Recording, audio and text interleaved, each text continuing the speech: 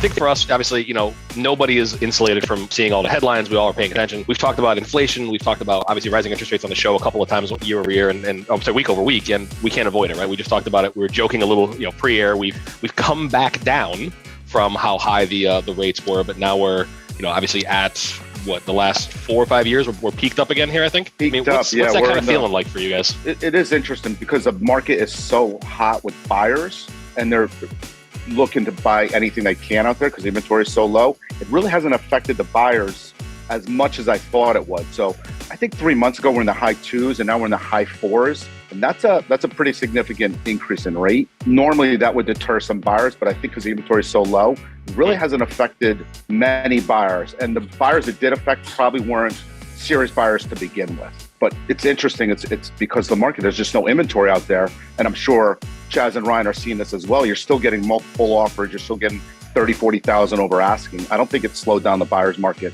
at all, which I thought it would, but I don't see it happening. Brian, you mentioned that, when you guys locked in that buyer, it was at 4.25, then they were looking like a week later, it was at 4.75. We've seen a lot of these swings up and down. Do you think that trend is going to continue through the rest of the year where we'll get close to 5, come back down to 4.5? Do you think it'll kind of balance out? Listen, I didn't think it'd be this high this quick. I thought we'd be in the low to mid 4s throughout the year. It almost hit 5% a little while ago. So I think we're going to be hovering around the low 5s, high 4s. But who knows? I mean, I was wrong before thinking they wouldn't go up this high. Now, keep in mind, that rate of 4.75, 4.6, that's for your 740 credit, 10% down buyer. That's not, condos are higher rates. They're called loan level adjustments. I was hoping, Brian, you'd be willing to dive into a little bit more about what the difference in a half a point or even like 3/4 of a point can make on a person's ability to buy a home. So if they're pre-qualified for, say, $300,000 at a 4% interest rate, where would like a 4.5, 4.75 bring them down to, and monthly payment ballpark?